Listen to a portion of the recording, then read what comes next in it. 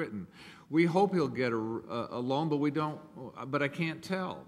Actually, probably a truthful statement. You know, things do get complicated when you have a buyer's representative because they're going to be working really hard for their buyer. Of course, it's going to be more complicated. Whereas I, with two different clients at the same time, have no conflict of interest at all.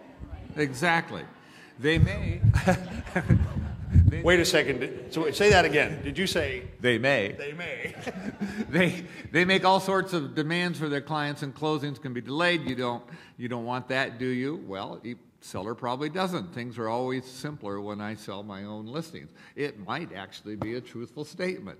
So based on what we're reading, I'd have to say there was no violation. However, I think the whole point of the story is what more can be done for the service of both clients by both the buyer's agent and the listing agent. And there's a whole bunch that I'm sure this esteemed professor will take us to. I did kind of set this up this way. Hang on just a second. Okay. Can we look at 15.2? So the question is, can we look at 15-2? Let's do that in just a second. 15 is about not saying bad things about other realtors that you don't know are true. So we'll come back to that, but that's a really good point.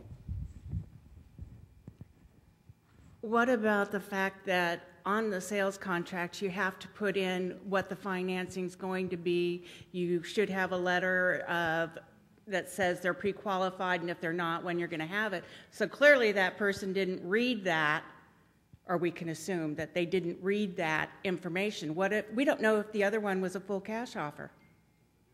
We do? How? Where? No, I mean cash.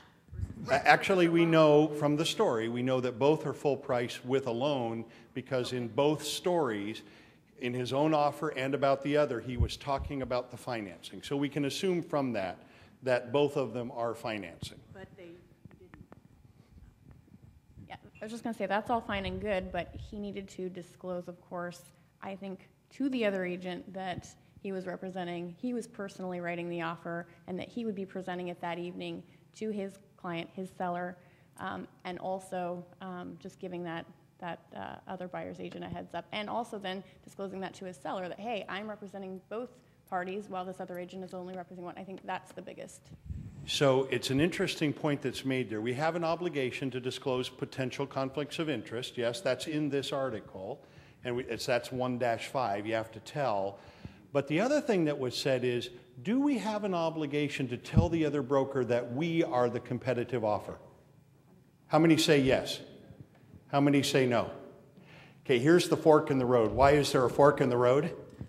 Well, because I just read it. 1-15. It says? That you only have to disclose if your seller has given you permission to disclose that, and only if the buyer's agent asks. Now, we're not telling that story today. That's actually in a different class. Now, I do a whole thing on that particular one. The point is, do you tell? It depends on if your client said it's okay and if you're asked.